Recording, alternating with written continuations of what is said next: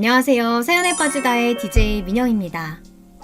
요즘 며느리 같지 않고 아주 착한 며느리를 무시하고 만만하게 봤다가 아주 혼쭐이 난 시어머니가 있다고 하시는데요.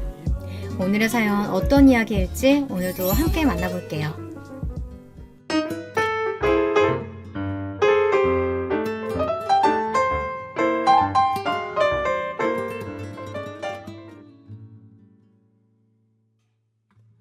안녕하세요. 저는 결혼한 지 10년이 넘은 40대 유부녀입니다. 정신없이 살다 보니 어느새 아들도 하나 생기고 결혼한 지도 벌써 10년이 넘었네요. 한 살 한 살 먹을수록 느끼는 거지만 시간이 참 빠른 것 같아요. 남들은 다들 어떻게 사는지 모르겠지만 저는 지금까지 제 결혼 생활에 나름 만족하면서 살았어요. 물론 매일 행복하고 즐거운 일만 있었던 건 아닙니다. 하지만 저는 다 참을 수 있었습니다. 제 장점 중 하나가 굉장히 긍정적이라는 겁니다. 저는 항상 힘든 일이 있어도 긍정적으로 생각하면 뭐든지 극복하고 견뎌낼 수 있다고 생각했어요. 사실 저희 어머니가 보통분이 아니세요. 그럴만도 한 게 저희 시어머님은 시골에 사시다 시아버지와 결혼하시면서 서울에 올라오셨거든요. 당시에 정말 수중에 돈 한 푼 없이 서울에 올라오셨대요. 그랬으니 안 해본 일이라고는 없이 하루도 쉬지 않고 열심히 일만 하셨다고 하시더라고요. 와중에 아들 둘까지 낳아 키우느라 정말 뒤돌아볼 정신 없이 앞만 보고 열심히 사신 거죠. 젊은 제가 보기에도 정말 대단하신 게 그렇게 힘들게 사셨으면서도 아들 둘을 아주 잘 키우셨어요. 저희 남편이 장남이고 바로 아래에 서방님이 계신데요. 둘 다 서울대를 나왔거든요. 현재 저희 남편은 대기업을 다니고 있고 서방님은 의사예요. 그러다 보니 시부모님께서는 자식에 대한 자부심이 엄청나십니다. 입만 여시면 항상 아들들 자랑을 하셨어요.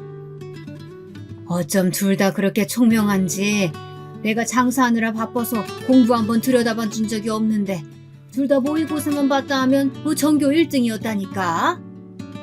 그뿐이야. 성격까지 좋아서 반장도 한번 놓친 적이 없었지. 평소 시부모님 두 분은 티격태격 하시다가도 아들들 이야기만 나오면 아주 죽이 척척 맞았어요. 저번에도 똑같은 이야기 하셔놓고 또 하시는 거예요? 제 귀에 아주 딱지가 붙겠어요. 우리가 부모라고 해준 것도 없는데 자기들끼리 알아서 저렇게 잘 자라줬으니 너무 대견해서 그렇지. 맨날 만날 때마다 시부모님이 같은 이야기를 반복해서 하시는 통에 동서는 한 번만 더 들으면 100번째라고 농담까지 하곤 했어요. 저는 그런 시부모님이 이해가 됐습니다. 하나도 아니고 둘 다 서울대를 나왔으니 얼마나 대견하시겠어요. 남들은 고액 과외며 학원이며 다 보내도 힘든 일인데 둘 다 학원도 한 번 안 다니고 알아서 훌륭하게 자라줬으니 그럴만도 했죠. 저랑 형만 대단한가요? 어머니 둘째 며느리도 모의고사 전국 수석에다가 서울대도 수석으로 들어왔잖아요. 아이고 우리 둘째 며느리 대단한 거야 당연히 알지. 한 집에 하나 나오기도 힘든 서울대 출신이 우리 집에는 셋이나 있는 데다가 의사 둘이나 있으니 내가 아주 어깨가 으쓱한다니까. 남편 서방님 동서까지 모두 다 서울대 동문이었어요. 거기다가 동서는 서방님과 같은 대학병원 의사였습니다. 저도 어디 나가서 꿀리는 사람은 아닌데 시댁에 가면 아무래도 좀 소외되는 느낌이 들었어요. 그럴 때마다 남편과 시아버지가 제 편을 들어주었습니다. 엄마, 큰 며느리는 음대 나왔잖아. 음대는 사람도 별로 안 뽑는 거라 훨씬 더 들어가기 힘든 거야. 그럼 우리 큰 며느리 피아노 앞에 앉아있으면 아주 우아한 게 천사가 따로 없지. 시어머님이 동서 칭찬을 할 때마다 시아버지와 남편은 항상 제 칭찬을 덧붙였습니다. 남편도 시아버지도 다 저를 생각해서 하신 말씀이겠지만 저는 그게 오히려 더 민망했어요. 괜히 제 이야기를 꺼내서 시어머니가 한마디씩 던지시는 게 저는 더 싫었거든요. 음대야 집에 돈 좀 있으면 개나 소나 들어가는 거 아니야? 그리고 그 큰 돈 주고 굳이 대학까지 나오면 뭘 해? 지금도 하는 거 없이 놀기만 하는데. 어머니도 참 언제적 이야기를 하세요. 제가 서울대는 아니어도 그래도 피아노과 들어갈 때 실기 만점으로 합격한 사람이에요. 시어머니의 말에 당연히 기분이 상했지만 저는 애써 웃어 넘겼습니다. 시어머니도 뭘 모르고 하시는 말이니 거기에 대고 제가 토를 달아봐야 좋을 게 없다고 생각했거든요. 엄마, 무슨 그런 말을 해요. 우리 지영이가 놀긴 왜 놀아. 엄마가 몰라서 그렇지 지영이가 얼마나 대단한 피아니스트인데. 얼씨구, 대단하긴 무슨. 큰 무대에서 연주하는 것도 아니고 매일 집에서 피아노나 띵동거리는 게 무슨 일이라고. 그럴 거면 차라리 피아노 학원이라도 차리는 게 낫지. 애 키우는데 돈이 얼마나 많이 들어가는데 프리랜서는 무슨. 시어머님은 제가 하는 일에 대해 잘 모르시다 보니 제가 하는 일이 돈도 별로 못 벌고 별거 아니라고 생각하셨어요. 사실 저도 굳이 일일이 말씀드리지도 않았고요. 그러다 보니 툭하면 제게 그렇게 빈둥거릴 거면 피아노 학원이나 차리라고 하셨습니다. 어머님 말씀도 일리가 있어요. 제가 듣기로도 요즘 학교 앞에다 학원 하나 차리면 그래도 제법 잘 된다던데요? 동서는 명색이 의사라는 사람이 눈치가 참 없었어요. 시어머니의 잔소리만으로도 피곤한데 그 옆에서 꼭 한마디씩 보태곤 했죠. 지금도 매일 새벽까지 작업하기 바쁜데 학원까지 하면서 신경 쓸 시간이 없어. 하긴 예술하는 사람들 낮에는 핑핑 놀다가 꼭 새벽에 영감 떠오른다고 잠 안 자고 일하긴 하더라고요. 예술가는 무슨, 그래봐야 딴따라지. 이 옆에 내가 어디서 그런 무식한 소리를 하고 있어? 자식들 일이야 다 자기들이 알아서 하는 거지. 왜 며느리가 하는 일까지 일일이 간섭하고 그래? 뭐요? 무식?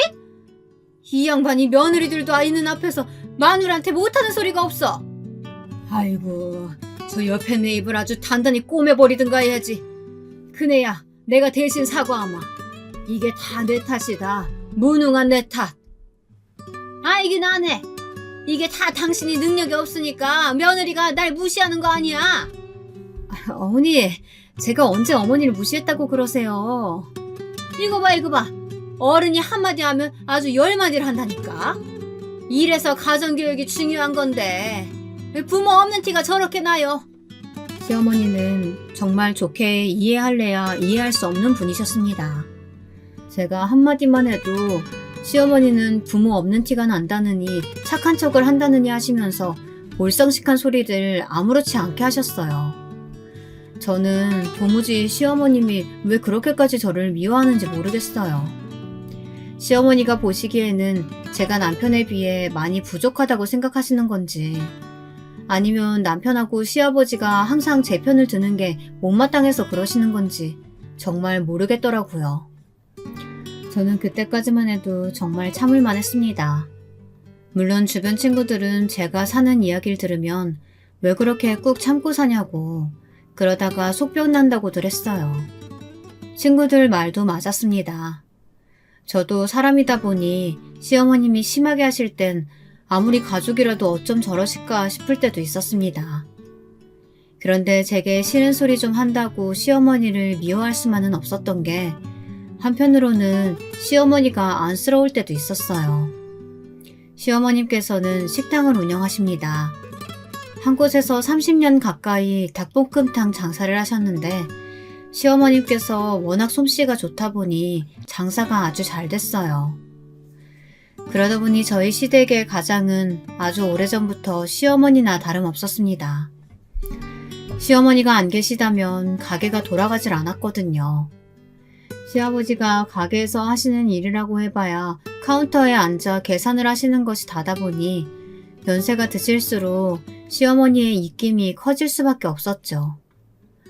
그래도 대단하신 게 허리나 무릎이 많이 안 좋아 매일 병원에 다니시면서도 가게는 그만두지 않으셨어요. 겉으로는 일하는 게 좋아서라고 하지만 아무래도 가게에서 벌어들이는 수입이 많다 보니 쉽사리 그만두지 못하시는 것 같더라고요. 한 번은 제가 남편에게 넌지시 말한 적이 있었습니다. 시부모님 연세도 많으신데 힘들게 가게 하시는 게 아무래도 마음에 걸린다고요. 우리 집도 그렇고 동서랑 서방님네도 둘 다 의사라 먹고 살만은 할 테니 상의해서 시부모님 가게를 정리해드리고 두 집이 생활비를 모아서 드리는 게 어떠냐고요. 남편은 제게 너무 고마워했어요. 자식인데도 본인은 생각도 못했다고요. 며칠 뒤 동서를 따로 만나서 제가 먼저 이야기를 꺼냈습니다. 그런데 동서의 반응이 제가 생각한 반응이 아니었어요. 제가 무슨 실수라도 한 것처럼 제 말에 기분이 상한 것 같더라고요. 형님은 먹고 사실 만한지 몰라도 저희는 아니에요. 애 둘 보모한테 맡기느라 시터 비용만 제 월급만큼 들어간다고요. 동서, 내가 동서 사정 모르고 한 말이긴 하지만 그렇다고 말에 너무 가시가 있는 거 아니야? 형님이 너무 뭘 모르시는 것 같아서 그래요. 형님이 너무 뭘 모르시는 것 같아서 그래요. 형님이야 친정 부모님 없으시니까 시부모만 챙기면 돼요.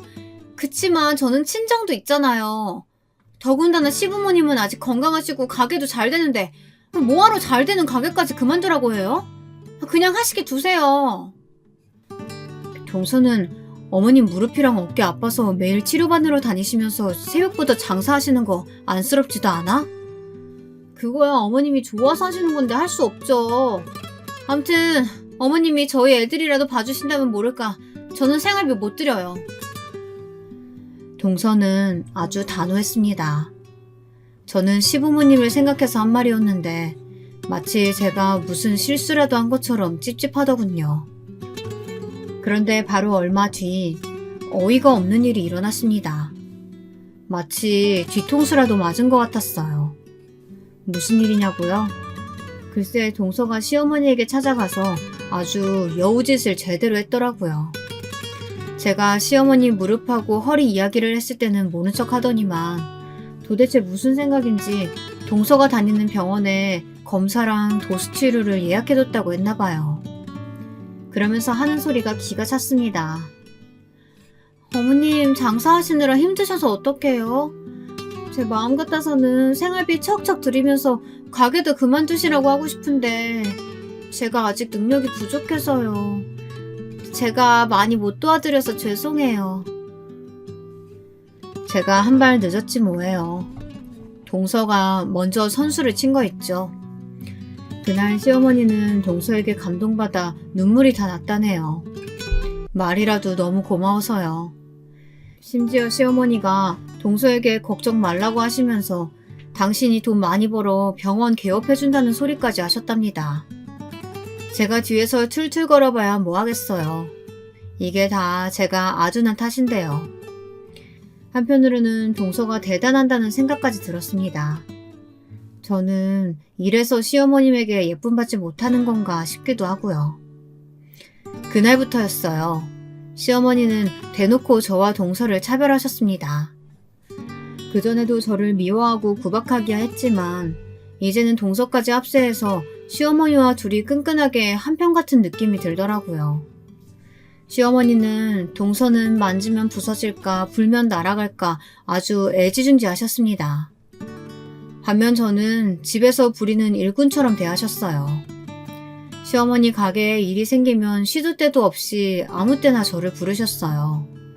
가게 주방에 물이 새는데 업체 좀 알아봐라 부터 시작해서 가게가 바쁘면 점심시간에 나오라고 하시더니 서빙까지 시키셨어요.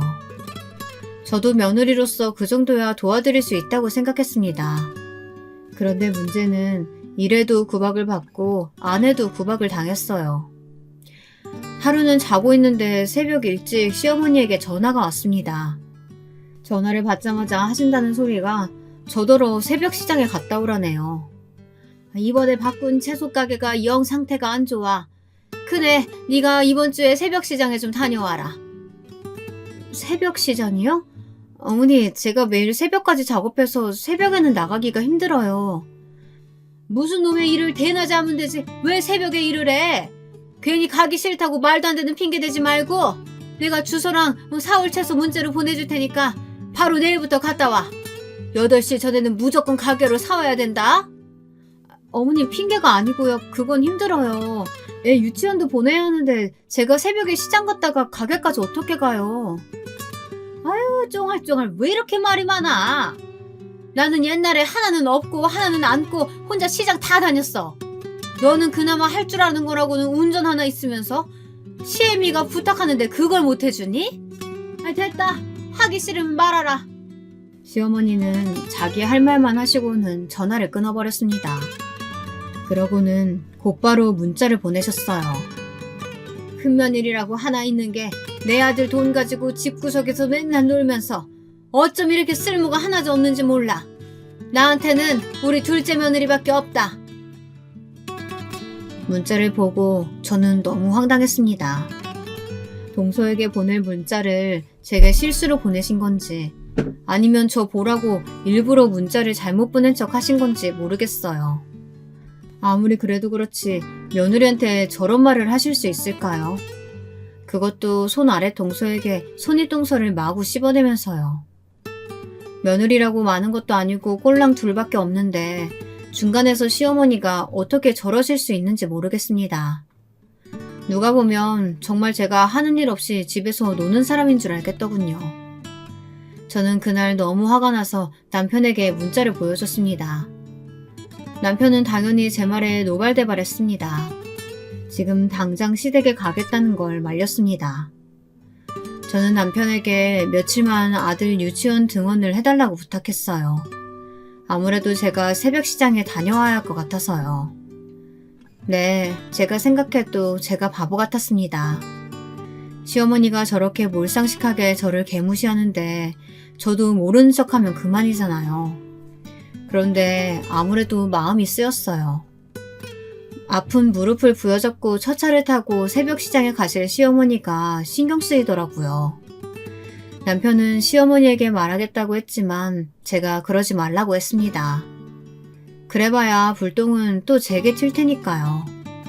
그냥 일주일 잠깐 고생하고 마는 게 오히려 저는 마음이 편했습니다. 답답하게 왜 그렇게까지 참고 사냐고요? 네, 들으시는 분들 입장에서는 그렇게 생각하실 수 있습니다. 하지만 저에게는 그럴 만한 사정이 있어요. 사실은 제가 몇 년 전까지만 해도 이렇게 참을성이 좋고 긍정적인 사람은 아니었습니다. 제가 몇 년 전에 아주 큰 일을 겪었어요. 친정 부모님 두 분이 여행을 떠나셨다가 교통사고로 두 분 다 돌아가셨습니다. 지금도 그때만 생각하면 어찌고 버티고 살았을까 싶을 정도로 끔찍했어요. 그 일을 겪고 난 이후 저는 많은 것이 변했습니다. 사실 부모님이 돌아가시 전까지는 저는 마냥 철이 없는 외동딸이었어요. 시부모님이 돈으로 음대간 거 아니냐라고 하실 정도로 저는 부유한 환경에서 고생이라고는 모르고 자랐습니다. 부모님 두 분 다 예술가셨어요. 두 분 다 그림 그리고 그림을 사고 파는 일을 하셨죠. 여기까지 이야기하면 다들 부모님이 유명한 화가였는 줄 알지만 그건 아니에요. 저희 부모님은 요즘 친구들이 흔히들 말하는 금수저였습니다. 친가, 외가댁 모두 대대로 큰 사업을 하시던 분들이라 경제적으로 여유로운 상황에서 부모님 두 분 다 자유롭게 자라셨어요. 저희 시댁과는 완전히 반대였죠. 그래서 남편과 저는 서로에게 끌렸던 것 같아요. 남편은 자유롭고 긍정적인 저에게 끌리고 저는 반듯하고 책임감 강한 남편이 좋았거든요.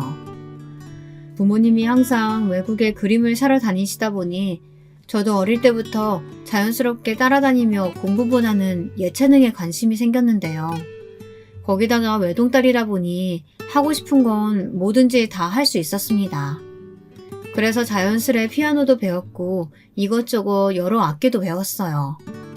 저는 평생 부모님의 그늘 아래서 편하게 살 줄 알았습니다.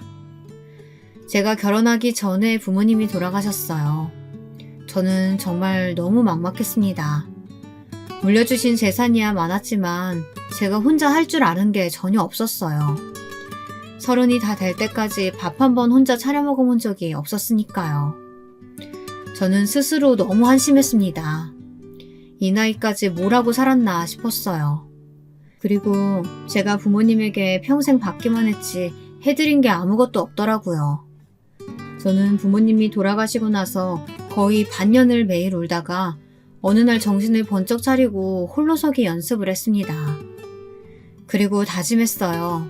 부모님이 저에게 해주신 것처럼 저도 새로운 가정을 만들어 좋은 부모, 좋은 아내가 되기로요.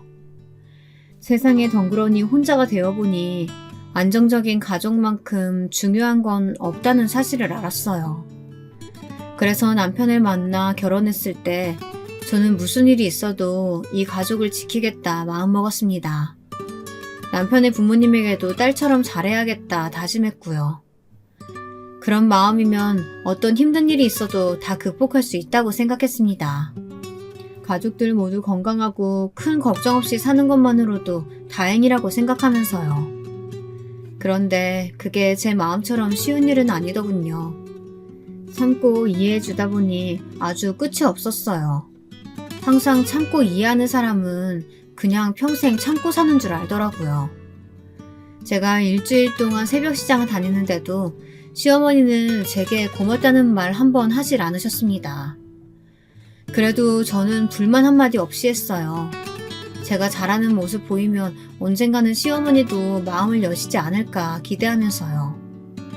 새벽 시장에 일주일 동안 다니면서 친해진 채소가게 사장님이 계셨는데 그분께서 제가 마음에 드셨는지 다행히 다음 주부터는 가게로 배달을 해주겠다고 하시더라고요. 너무 기쁜 나머지 한시라도 빨리 가게에 가서 시어머니께 말씀드리고 싶었습니다. 그래서 그랬는지 제가 조금 급하게 운전했나 봐요. 그러다 그만 작은 접촉사고가 나고 말았습니다. 다행히 다친 사람은 없었지만 그래도 병원에 가서 검사는 해야 할 것 같아 근처 병원에 갔어요. 마침 그 병원이 동서가 근무하는 병원이더라고요.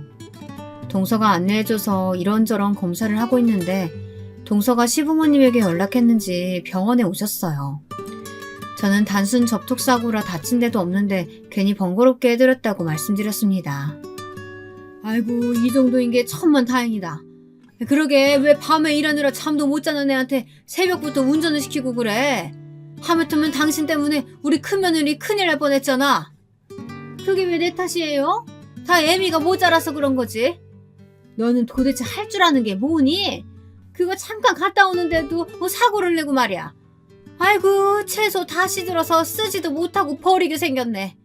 시아버지는 제가 걱정돼서 시어머니에게 한 소리 하셨는데 그 말에 시어머니는 또 버럭하셨어요. 곧바로 제 탓을 하시더라고요. 그러면서 저보다 채소들을 더 걱정하셨어요. 어머니, 아무리 그래도 어떻게 병원까지 오셔서 그런 소리를 하세요? 제가 일부러 그런 것도 아니고 어머니 일 도와드리다가 그런 건데요. 아이고, 둘째야, 네 손이동서 좀 봐라. 애가 아주 생사람을 잡는다. 지가 실수해서 사고 내놓고 뭐 다 내 탓이라고 하는 것 봐. 시어머니는 제 말은 다 꼬아들으셨어요. 마침 병실에 온 동서 손을 덥석 붙잡으시더니 일러 바치기라도 하듯 구셨습니다. 그 모습에 저도 순간 욱하더군요. 제가 하는 일이 그렇게 못마땅하시면 앞으로는 저한테 얘기하지 마시고 어머님이 예뻐하시는 동서랑 다 알아서 하세요. 저는 제가 할 말만 뱉어버리고 벽 쪽으로 돌아누워 버렸습니다. 저는 너무 서러워서 눈물이 왈칵 올라왔지만 애써 꾹 참았어요. 그때였어요. 시아버지가 연락하셨는지 제 사고 소식을 듣고 출근하다 말고 남편이 병원에 왔더라고요. 마침 저와 시어머니가 언성을 높이는 모습을 보고 남편도 화가 단단히 났더군요. 저도 전 같으면 남편에게 어머니에게 그렇게 굴면 어떡하냐고 했겠지만 이제 더는 그럴 생각이 없었습니다.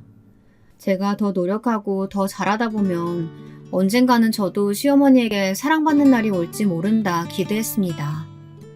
하지만 애초에 제가 노력한다고 되는 일이 아니었어요. 그 사실을 인정하고 나자 오히려 마음은 더 편하더군요. 저는 그날 이후 달라졌습니다. 저는 시어머니에게 잘하려고 하지 않았어요. 가족도 가족 나름이지 저를 존중해주지 않는데 저라고 잘할 이유가 없으니까요. 남편은 제게 아예 시어머니를 만나지 않아도 된다고 했어요. 하지만 저는 그래도 그건 아니라고 생각했습니다. 남편과 제 사이에 아들도 있잖아요. 그래도 제 아들의 할머니고 남편과 부부로 사는 동안은 어쨌든 남편의 어머니이니 제가 할 수 있는 도리만 딱 하자 싶었습니다. 그래도 아들에게 보고 싶지 않다는 소리까지 들으셨으니 조금은 변하지 않았을까 싶기도 했고요. 역시나 사람은 쉽게 변하는 게 아니었습니다. 저희 시어머니는 그대로였어요. 그날은 시아버지의 생신이었는데요. 시어머니의 얼굴이야 당연히 보기 싫었지만 그래도 저를 항상 걱정하고 챙겨주시는 시아버지의 생신은 챙겨야 하니 저는 불편함을 각오하고 시댁에 갔습니다. 제가 사겠다고 식당을 예약하겠다고 했는데도 시어머니는 그래봤자 내 아들 돈 쓰는 건데 뭐하러 비싸게 밖에서 나가서 밥 먹냐면서 굳이 집에서 음식을 준비하겠다고 하시더라고요. 전에 같으면 혼자 음식 준비하시는 시어머니가 걱정돼서 제가 일찍 갔을 거예요. 동서야 원래 병원이 바쁘다는 핑계로 늦게 왔지만 저는 남편이 늦어도 혼자라도 애 데리고 일찍 가곤 했거든요. 하지만 이제는 그러지 않기로 했으니 저는 저녁 시간에 딱 맞춰 시댁에 갔습니다. 식당을 예약하겠다고 했는데 굳이 본인이 힘들게 음식 준비를 하신다고 하셨으니 어련히 알아서 준비하셨을까 싶어서요.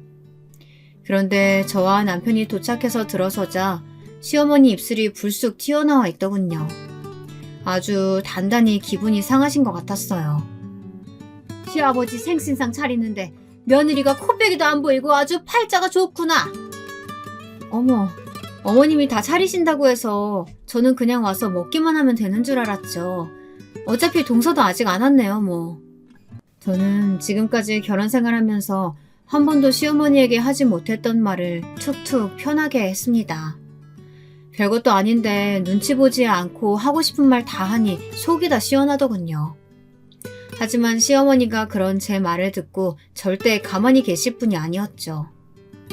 둘째야 의사인데 병원 일이 얼마나 바쁘겠니? 하긴 집에서 매일 편하게 노는 네가 뭘 알겠어.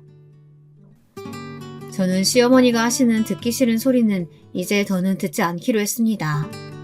그 말 자체가 제게는 스트레스니까요. 시어머니가 뒤에서 뭐라고 계속 하시는데 저는 대꾸도 안 하고 그냥 바로 주방으로 들어가 버렸어요. 그리고 시어머니가 만들어 놓은 음식들을 손으로 집어먹으며 간을 봤습니다. 아우 짜! 어머니도 연세 드시나 봐요. 어째 간이 다 짜네요? 평소 시어머니가 제게 했던 행동과 똑같이 했습니다. 항상 제가 반찬을 하고 있으면 옆에 와서 손으로 쏙쏙 집어드시며 짜네 다네 항상 말이 많으셨거든요. 얘는 갑자기 멀쩡한 음식 가지고 왜 꼬투리 잡고 난리야? 짜긴 뭐가 짜다고 그래? 아버님, 매일 먹는 밥이랑 고기 질리지 않으세요? 제가 오면서 아버님 좋아하시는 회랑 대게 샀어요. 우리 이거 먹어요. 아유, 안 그래도 회가 딱 땡겼는데 역시 나 생각해주는 건 우리 큰며느리밖에 없다니까. 저도 여우짓이라는 걸 안 해봐서 그렇지 하려고 마음먹으니 술술 나오더군요. 시어머니가 기껏 고기며 반찬이며 다 해놓으셨는데 제가 일부러 초를 쳤습니다. 시아버지가 좋아하는 음식들을 미리 포장해왔어요. 그랬더니 시아버지는 시어머니가 차린 음식은 거들떠도 안 보시고 제가 포장해온 음식만 드셨습니다. 그 모습이 시어머니 눈에 곱게 보일 리가 없었죠. 큰애, 너는 대게가 얼마나 비싼데 그걸 사오니? 아무리 대기업이라도 월급쟁이 월급이 뻔한데 도대체 살림을 어떻게 하는 거냐? 이 대게 어머님 아들 돈으로 산 거 아니고요. 제가 번 돈으로 산 거니까 마음 편히 드세요. 아이고, 그깟 피아노 두드려서 번 돈이 얼마나 된다고. 정말이지. 말 같은 소리를 해야 대꾸도 하는 거지. 저는 시어머니와 이야기를 나누다 보면 답답해서 아주 속이 뒤집어졌습니다.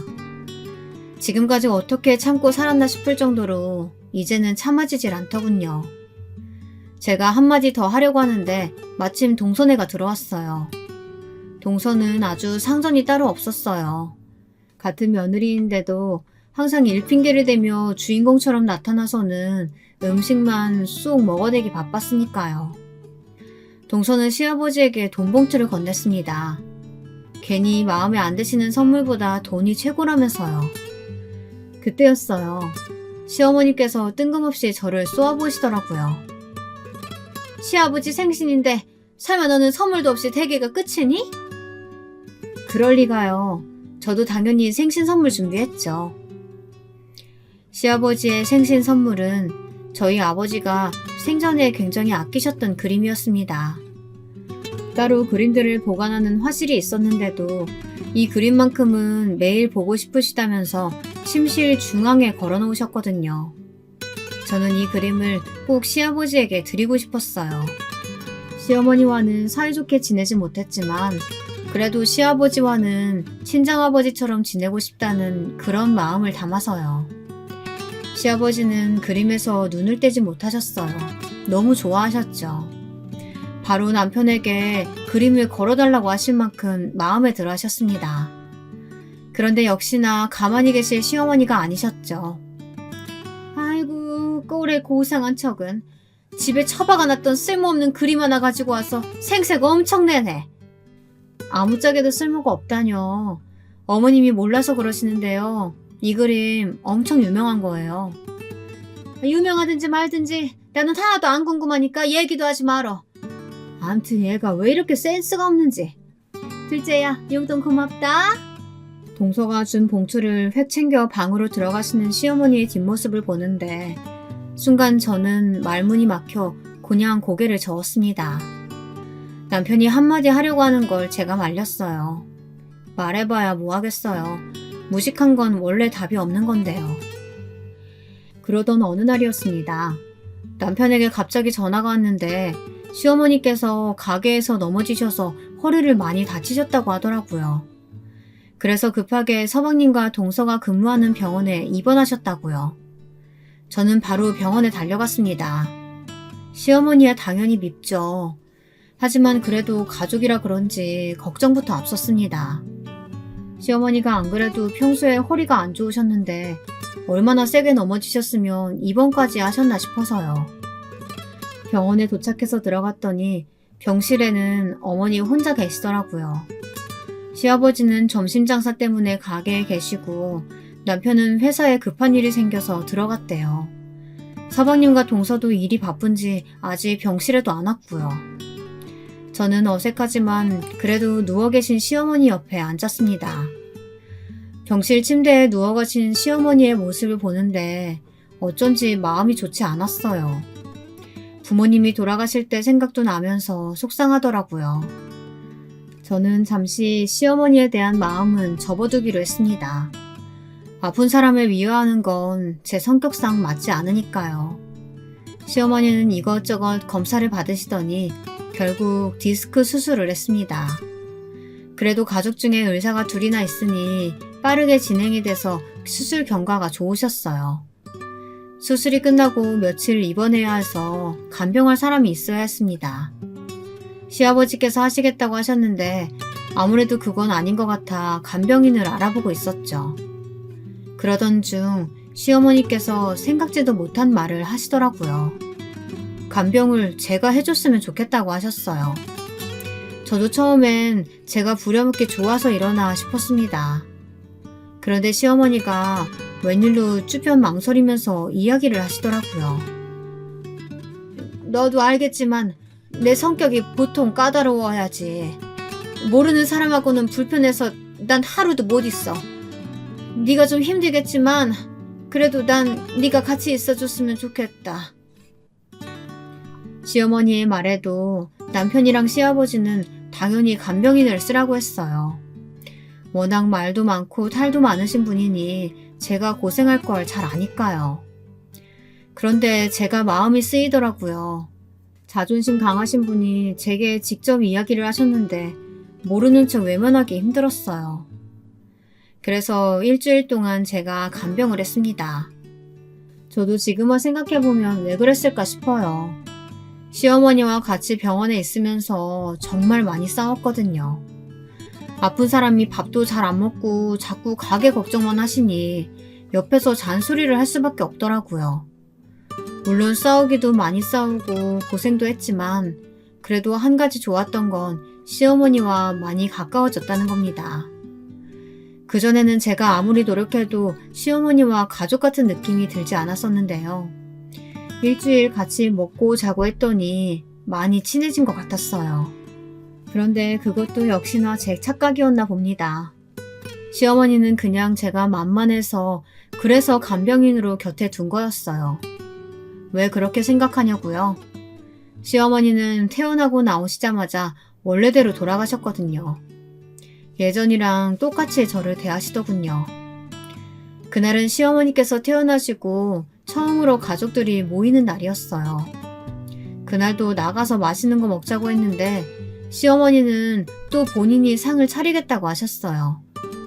100번 말해봐야 뭐 하겠어요. 항상 본인이 하겠다고 하신 대로 해야 속이 편하신 분인데 말이죠. 저는 아직 몸도 성치 않으신 분이니 서운한 마음들은 잠시 접고 일찌감치 시댁에 갔습니다. 음식 준비하시는 시어머니를 돕기 위해서요. 상은 거의 준비가 다 되고 이제 밥만 풀면 되는데 갑자기 시어머니가 제게 주걱을 달라고 하셨어요. 밥은 본인이 풀 테니 저더러 국이나 갖다 놓고 자리에 앉아 있으라고 하시더라고요. 저는 별 생각 없이 시어머니의 말대로 국을 상에 가져다 놓고 앉아 있었습니다. 그런데 밥그릇을 가지고 오신 시어머니가 상에 밥그릇을 하나씩 놓는데 뭔가 이상했습니다. 시아버지와 남편 그리고 제 아들과 시어머니 밥까지 모두 다 하얀 쌀밥이었는데 제 밥은 뭔가 누런색이더라고요. 누가 봐도 밥통에 눌러붙어 있던 누룽지 같았어요. 아니면 하루 지난 밥이거나요. 제가 기분이 상해 말없이 빤히 밥그릇을 쳐다보고 있으니 그제야 시어머니도 제 시선을 느끼셨는지 민망하다는 듯이 웃으시더라고요. 시어머니는 별일 아닌 것처럼 구셨지만 순간 저는 너무 서러워서 눈물이 왈칵했습니다. 아무리 밥이 부족해도 그렇지 어떻게 자기 자식도 아닌 며느리한테 그런 밥을 줄 수가 있을까요? 제 상식으로는 당연히 남의 자식이 더 어렵고 불편한 건데 어쩜 저렇게 티가 나게 행동하시는 건지 저는 이해가 되질 않았습니다. 제 표정이 아무래도 너무 안 좋아 보였는지 남편이 벌떡 일어나서 제 앞에 있던 밥그릇을 잡았습니다. 그때였어요. 남편의 행동에 시어머니께서 갑자기 수저를 들더니 상을 탁 소리나게 내리치더라고요. 아이고, 밥이 다 똑같은 밥이지. 밥상 머리에서 뭐가 이렇게들 말들이 많아. 됐어. 먹기 싫으면 내놔. 내가 먹을 테니까. 시어머니의 호통에 순식간에 정적이 흘렀습니다. 저는 말없이 그냥 제 앞에 있는 밥을 꾸역꾸역 먹었어요.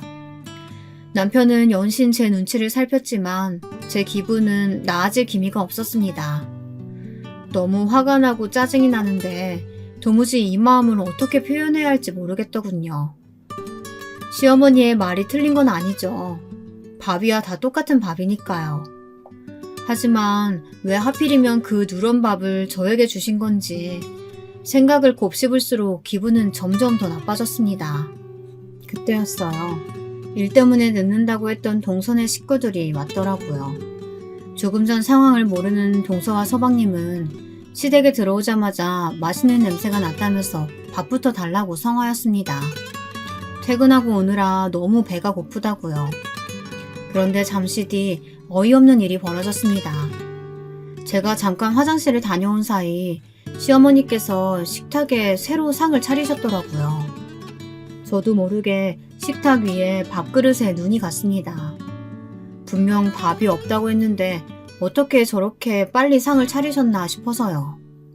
동서와 서방님 그리고 조카들이 먹고 있던 밥그릇을 보고 저는 순간 이성을 잃고 말았습니다. 분명 새로 밥을 하시는 걸 본 적이 없는데 어디서 나왔는지 하얀 새밥 4그릇이 식탁에 탁 올려져 있더라고요. 밥 없다고 하셨잖아요. 이 밥은 뭐예요? 제가 살다 고작 밥 때문에 이런 소리 할 날이 올 줄은 몰랐습니다. 제 말에 시어머니가 더 당황하시더군요. 아무리 그래도 일하고 온 사람들한테 묵은 밥을 줄 수는 없잖아. 거기다가 내 허리 멀쩡하게 고쳐준 의사 선생님들인데. 알고 보니 진짜 동서와 서방님 밥은 따로 남겨놓으신 거였어요. 저는 정말 순간 눈물이 왈칵했습니다. 하지만 이대로 울어버릴 수는 없었어요. 저는 눈물을 꽉 참았습니다. 그리고 시어머니를 쏘아보았어요. 와, 정말 대단하시네요. 어머니 병실에 누워서 발가락만 까딱하실 때 제가 옆에 있었어요. 근데 저한테 어떻게 이렇게 하세요? 저는 그대로 시댁을 나와버렸습니다. 다른 가족들이 따라 나오는 게 보였지만 저는 쏟아지는 눈물을 참을 수가 없어 도망치듯 집으로 와버렸어요. 그리고 정말 굳게 마음먹었습니다. 앞으로 시어머니와는 절대 상종하지 않겠다고요. 그렇게 시간이 흘렀습니다. 저는 시어머니 얼굴은 꼴도 보기 싫어서 거의 반년 넘게 시댁에 가지 않았어요. 그 사이에 시어머니 생신도 있었는데 저는 가지 않았습니다. 그 이후에 시어머니에게 전화도 한 번 왔었지만 받지 않았어요. 정말 이대로 인연을 끊고 싶었습니다. 제게 씻을 수 없는 상처를 주는 사람과 가족관계를 이어나가야 하는 건지 생각이 많았어요. 그러던 중 설날이 다가왔습니다. 이번 명절은 평소와 조금 달랐어요. 저희 아들과 동서 아들이 둘 다 초등학교에 들어가요. 저도 이번에도 시댁에 가지 않는 건 신경이 쓰이긴 했지만 아무래도 시어머니에 대한 마음이 풀리지 않아 고민하고 있었습니다. 그런데 시아버지에게 따로 연락이 왔어요. 아버님께서 시어머니에게 잘 이야기했으니 다시는 그럴 일 없을 거라고 하시더라고요. 저는 믿지 않았습니다. 하지만 시아버지께서 제가 너무 보고 싶다고 말씀하시더라고요. 다른 사람은 몰라도 이 집안에서 시아버지 마음 알아주는 건 저뿐인데 제가 안 와서 너무 외롭다고요. 저는 못 이기는 척 결국 시댁에 갔습니다. 시아버지 말씀도 말씀이지만 그래도 명절인데 아들과 남편만 보내는 건 아무래도 마음에 내키지 않았어요. 저는 시댁에 가기야 했지만 마음속으로는 내내 벼르고 있었습니다. 혹시나 시어머니가 제게 또 실수하면 이대로 끝이라고 생각하면서요. 설날 명절에 온 가족이 다 모였습니다. 저야 시어머니에게 쌓인 감정이 많았지만 좋은 날이니 애써 티내지 않으려고 노력했습니다. 저는 제 아들 책가방과 문구류를 사면서 조카 것도 같이 샀어요. 저는 별거 아니라고 생각하고 준비했는데 생각보다 동서와 서방님이 너무 좋아하더라고요. 아무래도 제가 반년을 시댁에 오지 않았으니 동서와 서방님도 애써 분위기를 좋게 만들려고 노력하는 것 같더라고요. 그래도 가방 하나 가지고 좋아해주니 저도 기분이 좋긴 했습니다. 미리 준비하길 잘했다 싶어서요. 그런데 옆에 있던 시어머니가 좋은 기분에 또 초를 치더군요. 둘째네야 둘 다 병원 일로 바쁠 텐데 못 챙길만 하지. 너희 형수야 집에서 매일 노는 사람인데 그 정도야 손윗 사람으로서 당연히 알아서 챙겨줘야지. 사람이 변하면 죽는다더니 역시나 달라진 게 하나도 없었습니다. 제가 반년 동안 오지 않았는데도 시어머니는 똑같았어요. 손주가 둘이나 학교 입학하는데 어머님은 아무것도 안 해주세요? 원래 학교 입학할 때 책가방은 할머니가 사주는 거라고 하던데. 저도 더는 참고만 있지 않겠다고 다짐했으니 시어머니가 기분 상하는 소리를 하시면 바로바로 맞받아쳤습니다. 제가 말대꾸하면 시어머니도 가만히 안 계실 줄 알았는데 웬일로 별말 없이 순순히 넘어가시더라고요. 그러더니 자리에서 벌떡 일어나 애들에게 용돈을 줘야겠다면서 지갑을 가져왔어요. 그래, 우리 손주들 둘 다 학교 들어가는데 할미가 가만히 있을 수 없지. 내가 용돈 줄 테니까 둘 다 이리로 와봐.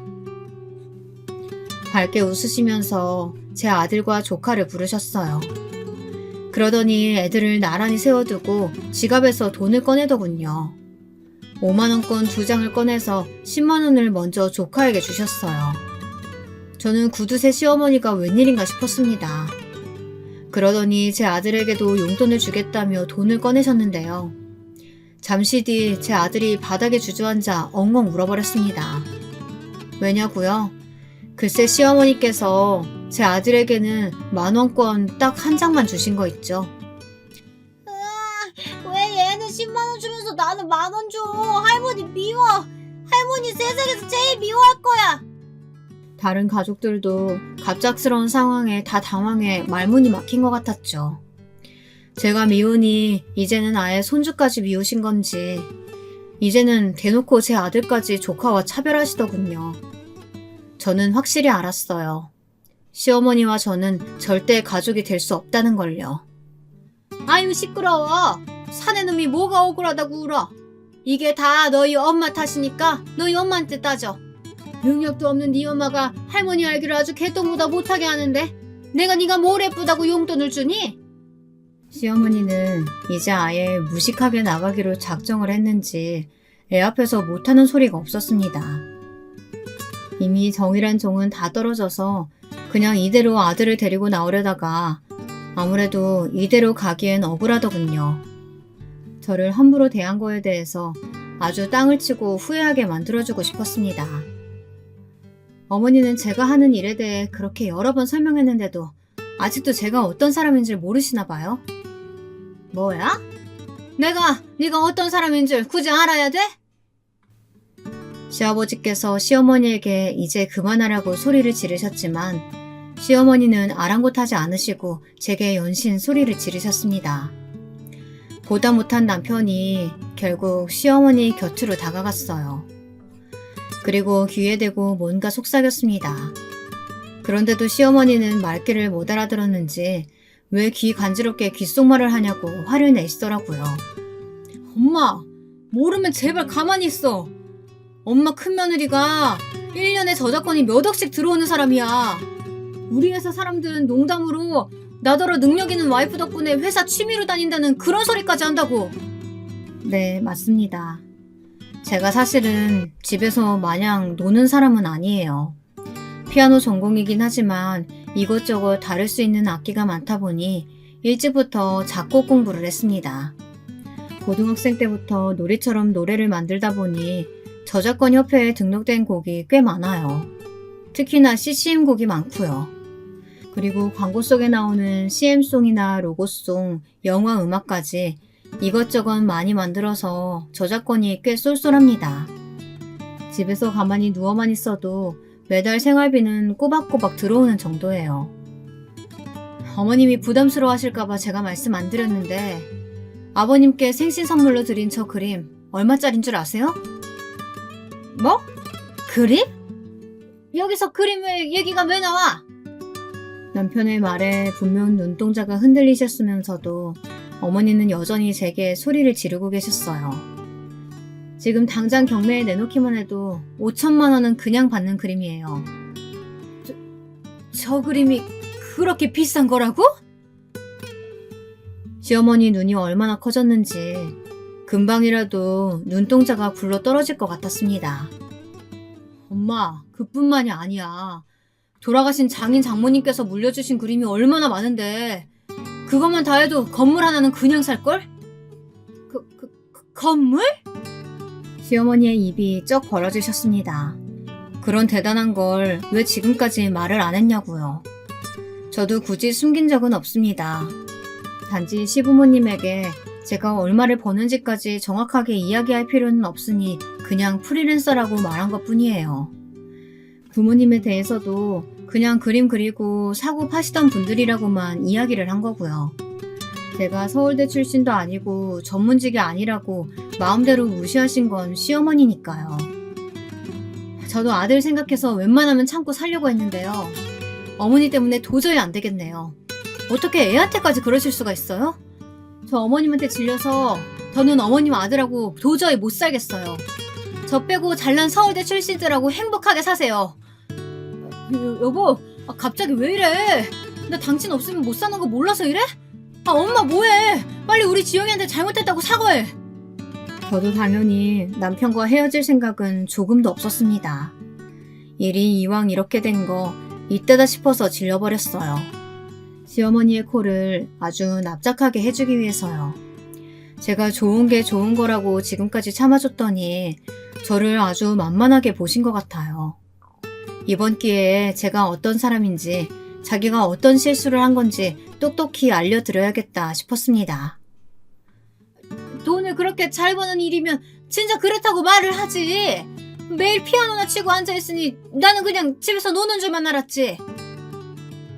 어머니야 평생 가게에서 닭만 만지셨으니 예술이 뭔지 아실 턱이 없죠.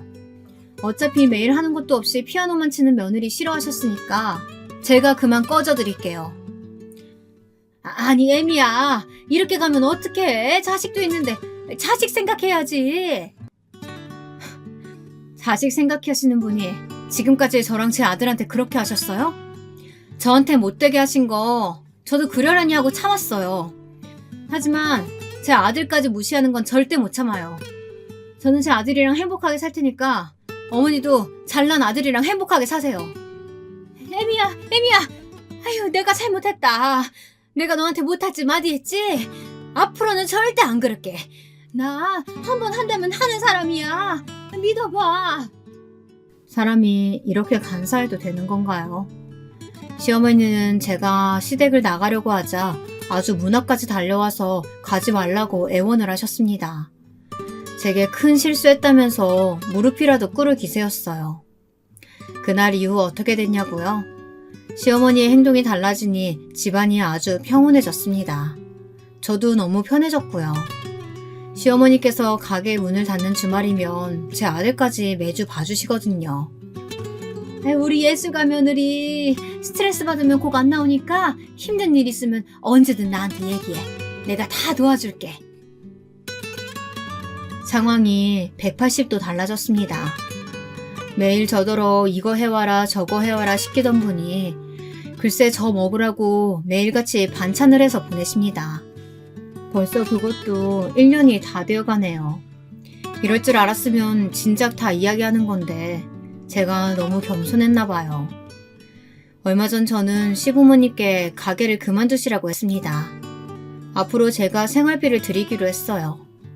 전에도 충분히 도와드릴 수 있었지만 저를 무시하시는 시어머니가 미워서 모른 척 했었거든요. 하지만 이제는 정말 두 분 다 연세도 많으시고 저희 아들도 살뜰히 챙겨주시니 며느리로서 충분히 좋은 마음으로 해드릴 수 있을 것 같아요. 이런 저를 보고 답답이라고 하실 수도 있지만 저는 하늘에서 저를 지켜보고 계실 부모님을 생각해서 시부모님께 더 잘하기로 했습니다. 그런 저를 보고 부모님은 더 좋아하실 거예요. 부모님께 제가 그렇게 배웠으니까요. 저는 요즘 너무 행복합니다. 지난날 어떤 일이 있었든 진정한 가족이 되는 우여곡절이었다고 생각해요. 가족이라는 게 원래 매일 지지고 볶고 싸우면서 정드는 거니까요. 저의 긴긴 이야기 들어주셔서 감사합니다. 여러분도 항상 가족들과 함께 행복하시길 바라겠습니다.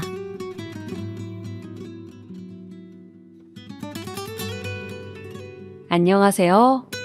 저는 슬아의 아들 하나, 딸 하나를 두고 있는 60대 여자입니다. 우리 또래 엄마들은 만나면 다들 자식 자랑하느라 바쁘죠. 우리 아들이 얼마나 좋은 직장에 다니는지, 우리 딸이 얼마나 효녀인지 얘기하면서요. 저는 자식 농사를 망쳤다면 망쳤다고 할 수 있는 사람인데요.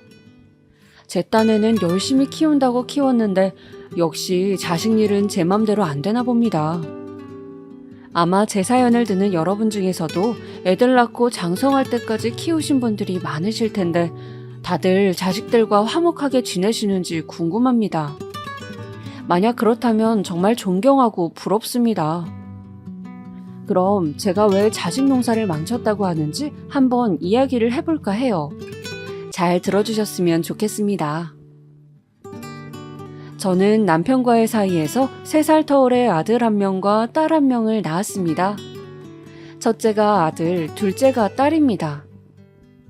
남편은 천성이 좀 게으르다 보니 나가서 일하는 걸 싫어했습니다. 일을 아예 안 한 것은 아니지만 내 식구 먹고 살기에는 한참 부족했죠. 그냥 일용직 비슷하게 일 있을 때 한 번씩 나가서 일하고 귀찮은 날은 그냥 집에서 술이나 퍼마셨어요. 한마디로 경제력이 없었습니다. 그래서 저는 둘째 아이가 걸음마를 떼고부터는 한량 같은 남편 대신에 돈을 벌어와야 했습니다. 남편이랑은 선을 봐서 몇 개월 만에 결혼을 했는데 이런 사람인 줄 알았으면 결혼을 하지 않았을 것입니다. 사람 보는 눈이 없어서 이런 사람과 애를 둘씩이나 낳고 사는 제 자신을 얼마나 원망했는지 몰라요. 처음에는 남편을 고쳐보려고 부단히도 노력을 많이 했습니다. 그런데 사람 천성이 어디 가겠나요? 제가 아무리 울면서 애원해봐도 남편에게는 그저 잔소리로 들릴 뿐이었습니다. 말로는 알겠다고 하면서도 한쪽 귀로 듣고 한쪽 귀로 흘려버리는 거였죠. 그리고 결혼하고 5년 정도 지났을 무렵부터는 저도 남편을 포기하기 시작했어요. 그때는 이미 질려버려 남편에 대한 애정이 하나도 남아있지 않은 상태였습니다. 돈 못 벌어오는 것도 괜찮으니 그저 아이들 결혼할 때 더도 말고 덜도 말고 평범한 아빠 역할만 해줬으면 좋겠다고 생각했어요. 그래도 아이들은 맨날 집에서 술 먹고 놀기만 하는 아빠가 일하느라 바빠서 얼굴 보기 힘든 저보다는 나았는지 아빠를 잘 따르더라고요. 그나마 아이들이 아빠를 좋아해 주어서 다행이라고 생각했습니다. 그런데 아이들이 학교에 들어가서부터는 남편이 바람을 피우는 것 같더라고요. 솔직히 누가 봐도 확신할 만한 증거들이 많았지만 굳이 들먹이진 않았습니다. 아이들 앞에서 싸우기도 싫었고, 그리고 남편한테 애정이 없어서인지 바람을 피우는 걸 알면서도 별로 화가 나지 않더라고요. 그냥 이런 망나니도 좋아해주는 여자가 있구나 하는 생각에 어이가 없어서 실수만 나올 뿐이었습니다. 도대체 어떤 정신 빠진 여자길래 이런 놈을 좋아하나 궁금하기도 했어요. 나중에는 아예 두 집 살림을 차렸는지 한번 밖에 나가면 집에 잘 들어오질 않더라고요. 아이들은 아빠가 집에 왜 안 오는지 궁금해했지만 대답해줄 말이 없어서 대충 얼버무리곤 했습니다. 그리고 그런 생활을 몇 년 동안이나 계속했습니다. 아이들도 아빠가 없는 것을 익숙해했죠. 그런데 첫째 아이가 중학교에 다닐 무렵 남편은 그 여자와 헤어졌는지 다시 집으로 기어들어오더군요. 그리고 집에 돌아온 남편은 매일같이 술을 퍼먹고 난동을 피우기 일쑤였습니다. 퇴근하고 집에 돌아가면 남편은 깨진 술병과 먹다 남은 음식들 사이에서 골아 떨어져 있었어요. 나중에는 술값을 안 주니 제 지갑에도 손을 대더군요. 처음에는 아빠가 돌아와서 좋아하던 아이들도 어느 순간부터는 아빠를 점점 멀리하기 시작했습니다. 저는 매일매일 남편이 어질러 놓은 집안을 치우면서 저 인간을 어떻게 하면 좋을까 고민했습니다. 주변에서는 이혼하라고 성화였지만 저는 그래도 나중에 아이들 결혼할 때 혹시나 애비 없는 자식이라고 무시당하진 않을까 하는 생각에 쉽게 결정할 수가 없었습니다. 그런데 남편의 손찌검이 시작되자 저는 더 이상 참을 수가 없었습니다. 언젠가부터 남편은 술만 먹으면 저에게 손을 대기 시작했어요. 아무것도 아닌 일로 제가 자기를 무시한다고 혼자 오해를 하고선 손찌검을 하기 시작했죠. 하지만 저도 보통 성격은 아닌지라 가만히 있지는 않았습니다. 남편이 때리면 저는 발로 차고 남편이 밥그릇을 집어던지면 저는 상을 뒤집어 엎었습니다. 매일매일 집안은 전쟁터였습니다. 그러던 어느 날 또다시 시작된 남편의 손찌검에 반항하며 싸우던 저를 보던 아들이 남편의 손을 붙잡고 싸움을 말렸습니다. 그러자 남편은 아들의 손을 힘껏 뿌리치고 온갖 욕설을 하더군요. 이 애미 없는 호로 자식아, 너는 네 애비도 못 알아보냐? 이제는 너까지 나를 무시한다 이거지? 그래, 너 이 새끼 오늘 나랑 한번 죽어보자. 남편은 아들을 바닥에 쓰러뜨리고는 두들겨 패더군요. 저는 그걸 보고 눈이 뒤집혀져 경찰에 신고를 했습니다. 남편은 경찰에 끌려가는 와중에도 꼬부라진 혀로 계속 헛소리를 하더라고요. 남편이 가고 나서 입술이 찢어져 피가 나고 온몸에 멍이 든 아들을 보니 내가 도대체 무얼 위해서 이 인간을 내치지 않고 살았나 하는 후회가 되더군요. 그래서 저는 결혼한 지 15년 만에 남편에게 이혼을 요구했습니다. 그리고 남편이 이혼을 받아들이지 않았어요. 아마 제가 없으면 술값 내줄 사람도 없어서 그런 거겠죠. 그래서 결국 소송을 통해 이혼을 하게 되었습니다. 남편이 경제력이 없다 보니 당연히 양육권은 제가 가지게 되었고, 가진 재산이 워낙 없다 보니 재산 분할할 것도 없었습니다. 남편에게서 받은 몇 푼 되지도 않는 위자료는 나중에 비상금으로 쓰기 위해 통장에 넣어두었습니다. 그리고 저는 작은 방을 하나 구해 아이들을 데리고 살았습니다. 시댁이 같은 동네라 두 번 다시는 저 집 식구들과 마주치고 싶지 않아 일부러 멀리 떨어진 다른 동네로 이사를 했습니다. 그리고 저는 낮에는 회사를 다니고 밤에는 대리운전을 뛰어가며 열심히 애들을 먹여 살렸습니다. 남편은 약속한 양육비를 처음 몇 번만 어디서 구해와서 보내더니 그 이후에는 보내지 않더라고요. 직장도 없고 돈이 없어서 못 보낸다고 하면서요. 저도 처음에는 어떻게든 돈을 빌려서 구해오라고 닥달했지만 나중에는 그냥 포기했습니다. 그리고 이혼 후 애들을 보러 한 번도 찾아오지 않는 남편을 그냥 없는 사람 취급하기로 했어요. 주변에서는 양육비 소송이라도 하라고 했지만 저는 그딴 더러운 돈 받기 싫어서 그냥 없는 셈 치기로 했어요.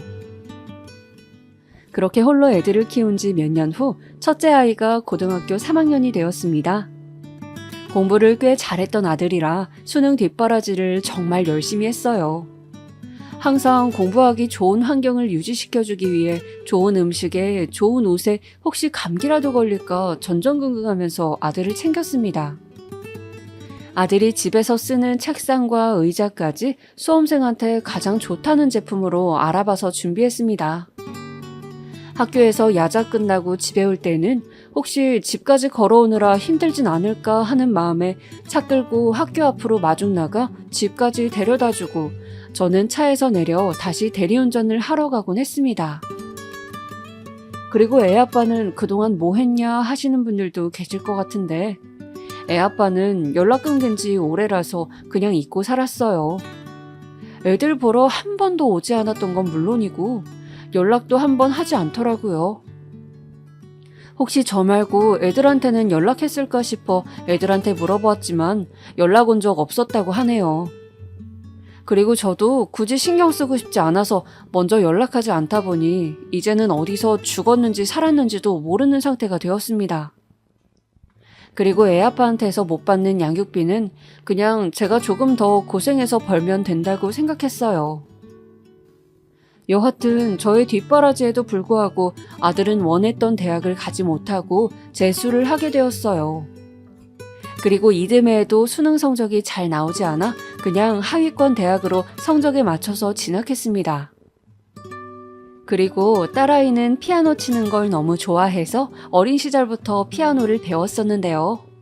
재미로만 하는 줄 알았던 딸아이가 피아노를 전공하고 싶다고 했을 때에는 솔직히 안 쳐두고 말렸습니다. 아시는 분들은 아실 테지만 피아노가 돈이 굉장히 많이 들거든요. 저 혼자 벌어서 피아노를 시키기에는 아무래도 무리여서 아이에게 좋게 잘 설명을 해보았지만 아이의 고집이 상당했습니다. 싫어, 나 피아노 할 거야. 나 피아노 못하게 할 거면 왜 어릴 때부터 피아노 학원 보내줬어? 엄마가 피아노 보낸 거니까 엄마가 책임져. 악을 쓰며 고집을 피우는 딸에게 저는 곤란한 표정으로 말했습니다.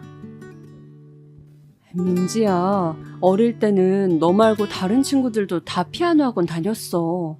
그때는 취미로 배우라고 보낸 거지. 그때 피아노 다니던 친구들이 지금 다 음대 준비한다니? 아니잖아. 그리고 너 피아노 전공하려면 돈이 얼마나 많이 드는지 아니?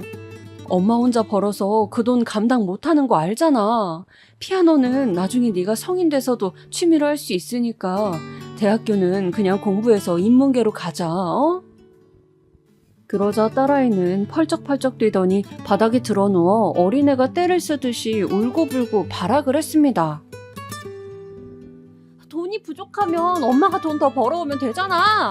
오빠는 좋은 대학 가라고 뒷바라지 다 해줬으면서 나는 왜 안 해줘? 나 피아노 못하게 하면 확 죽어버릴 거야. 저는 딸아이의 말에 너무 화가 난 나머지 저도 모르게 아이의 뺨을 후려쳤습니다. 찰싹 하는 소리와 함께 뺨을 맞은 아이는 어금니를 바득바득 깔면서 저를 죽일 듯이 노려보더라고요. 저는 순간 아이를 때린 제 자신한테 놀라 아이에게 미안하다고 사과하였습니다. 그러자 아이는 계속해서 피아노를 시켜달라고 저를 못살게 굴더라고요. 그래서 어쩔 수 없이 알겠다고 하였습니다.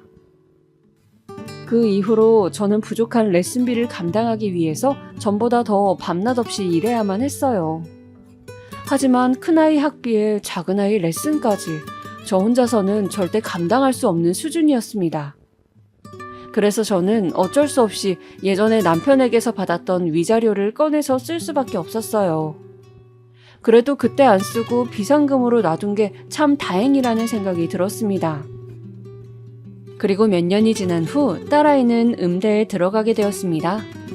사실 피아노 전공 준비를 조금 늦게 시작하기도 했고 그리 재능이 특출난 아이는 아니었어서 그냥 평범한 지방 음대에 진학했어요. 딸아이가 대학교에 들어가고 학비가 이중으로 들자 학자금 대출에 도움 없이는 안 되는 상황이 오더군요. 위자료는 이미 다 쓴 지 오래라서 수중에 쓸 수 있는 돈이 하나도 없었습니다. 그래도 두 아이가 대학만 졸업하고 나면 조금 여유가 생길 것 같아서 그때까지만 이악 물고 참자며 버텼습니다. 그리고 몇 년 후 큰아이가 대학을 졸업하게 되었습니다. 남들처럼 졸업하면 바로 취업할 줄 알았는데 막상 다쳐보니 그게 또 아니더라고요. 취업이 잘 되지 않는다며 갑자기 회계사 시험 준비를 하겠다고 하더라고요. 어려운 시험이라 걱정했지만 꼭 하고 싶다는 아들의 확고한 뜻에 저는 또다시 수험생 뒷바라지를 시작했습니다. 학원비에 인터넷 강의 수강료에 책과 독서실 등록비 등등 공부만 하는데도 들어가는 돈이 상당히 많더군요. 삼시세끼를 독서실 근처에서 사 먹다 보니 밥값도 만만치 않고요. 저는 매일 사 먹는 밥만 먹는 아들이 안쓰러워 바쁜 와중에도 일주일에 3번은 도시락을 직접 싸주었습니다. 하지만 역시나 사자 직업이다 보니 쉬운 게 아니더군요. 아들은 결국 합격의 문턱을 넘기지 못한 채 3년간의 수험 생활을 마쳤습니다. 그리고 아들은 눈을 낮춰 그냥저냥한 회사에 취업을 했습니다. 그리고 아들이 고시생 생활을 하는 동안 딸은 졸업하여 전공과 관련 없는 직종에 취업하였습니다. 전공을 살리려니 취업을 하기가 쉽지 않더라고요. 그래서 매일매일 퇴근하고 집에 와선 일하기 싫다고 투덜거리기만 했어요. 어찌됐든 두 아이가 모두 취업을 하자 정신없이 앞만 보고 달려왔던 저의 삶에도 여유가 찾아왔습니다. 이제는 저도 남들처럼 퇴근 후에 모임도 가져보고 주말에는 나들이도 할 수 있을 정도의 여유가 생겼어요. 그래서 아이들을 낳은 후 처음으로 비싼 화장품도 사보고 나이에 맞는 예쁘고 단정한 옷도 사 입었습니다. 그동안 고생한 저를 위해 이 정도는 해주고 싶었어요. 그리고 미용실에 가서 머리 스타일도 바꾸어 보았습니다. 미용실에 가기 전 거울로 머리를 비추어 보니 저도 모르는 새에 새치가 많이 났더라고요. 어느새 저도 나이를 먹었음을 실감했습니다. 그리고 저는 그제서야 한 푼 두 푼 돈을 모을 수 있게 되었습니다. 그전에는 남는 돈이 없어서 적금도 들지 못했거든요. 나중에 아이들 결혼할 때 조금이라도 보탬이 되고 싶어서 할 수 있는 한 모으려고 노력했습니다. 그리고 얼마 지나지 않아 친정아버지가 돌아가시게 되었습니다. 원래 지병이 있으셔서 오늘 내일 하시던 분이라 사실 저희 자매끼리 몇 년 전부터 아버지의 임종을 항상 준비하고 있었거든요. 그래서 생각만큼 요란한 슬픔은 아니었습니다. 그리고 친정아버지는 돌아가시면서 저와 언니에게 유산을 남겨두고 가셨습니다. 저희 언니에게는 원래 살고 계시던 집을, 저한테는 시골 땅과 현금을 남겨주셨어요. 제가 유산을 받은 걸 알게 되자 아이들은 저에게 나눠 가지자며 보채기 시작했어요. 결혼을 앞둔 아들이 이러더군요. 엄마, 할아버지한테 받은 유산으로 나 집 좀 해줘. 내가 집은 대출로 구한다고 하니까 장모님이 눈치 주시잖아. 엄마는 아들이 처갓집에서 눈칫밥 먹었으면 좋겠어? 저는 보채는 아들에게 이렇게 말했습니다. 요새는 다들 반반 결혼한다잖니. 이미 대출 끼고 집 알아보기로 사돈 어른들이랑 얘기 다 끝난 건데 왜 그래? 할아버지 유산은 나중에 나 죽을 때 너희한테 물려줄 거니까 지금은 안 돼. 엄마, 반반 결혼은 없는 집 자식들이나 그렇게 하는 거고, 엄마는 돈도 있으면서 왜 안아준다는 거야? 남자체면 다 구겨지게 하네. 저는 아들의 말에 한숨을 쉬었습니다. 어쩜 나이를 먹었어도 저리 철이 없을까요? 저한테 돈 맡겨놓은 것도 아니고 말이죠. 그리고 아들만 이랬으면 얼마나 다행이었을까요? 딸아이까지 저한테 매달리고 졸라댔습니다. 아이들이 며칠 동안 계속 저를 들들 볶은 탓에 결국 지쳐버린 저는 아이들 말을 들어주기로 했습니다. 아들에게는 조그만 아파트를 하나 얻어주고 딸아이에게는 아파트 단지에 피아노 학원을 차려주기로 했어요. 대신 명의는 제 명의로 하고요. 명의까지 달라고 우겨대는 거 그것만은 양보 못하겠다고 했습니다. 어차피 나 죽을 때 다 넘겨주고 갈 거라고 하면서요. 그리고 1년 뒤 아들은 결혼해 그 집에서 살면서 아이를 낳았고 딸은 동네 유치원생 초등학생들을 가르치는 피아노 학원 원장이 되어 있었습니다. 피아노 학원은 그렇게 막 잘 되는 건 아니었지만 그래도 점점 자리를 잡아가고 있는 것 같았어요. 그렇게 아이들에게 집과 학원을 해주고 나자 남은 유산은 얼마 되지 않았습니다. 노후 대비로는 턱없이 모자랐죠. 그래서 저는 한 살이라도 젊을 때 더 벌기 위해 계속 일을 할 수밖에 없었습니다. 그리고 작년 제가 환갑을 맞이한 해였어요. 세월이 흘러 어느새 늙어버린 저는 벌써 환갑이 되어버렸네요. 몇 달 전 마트에서 우연히 만난 초등학교 동창생 친구와 최근까지 연락을 하고 지내고 있었는데 그 친구가 올해 동창회에 저보고 같이 나가자고 하더라고요. 저는 살면서 동창회를 단 한 번도 나가본 적이 없어서 조금 망설여졌어요. 내가 그런 데를 한 번도 안 나가봐서 벌써 50년이나 흘렀는데 가봤자 누가 누군지도 못 알아보는 거 아니니? 제가 이렇게 묻자 친구는 고개를 저으면서 대답하더라고요. 얘는 뭘 그런 걸 걱정해. 그리고 얼굴 좀 못 알아보면 어때? 그냥 동창이구나 하고 재밌게 놀다가 오는 거지. 하여튼 가는 걸로 알고 있는다.